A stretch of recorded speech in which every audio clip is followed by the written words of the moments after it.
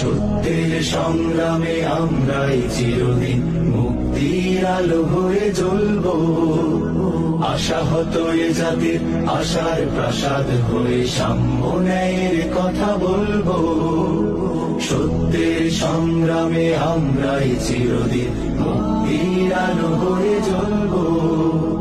আশাহত এ জাতির আশার প্রাসাদ হয়ে সাম্য ন্যায়ের কথা বলবো। পুণ্যভূমি এই স্বাধীন সোনার দেশ সম্প্রীতির এক উপমা।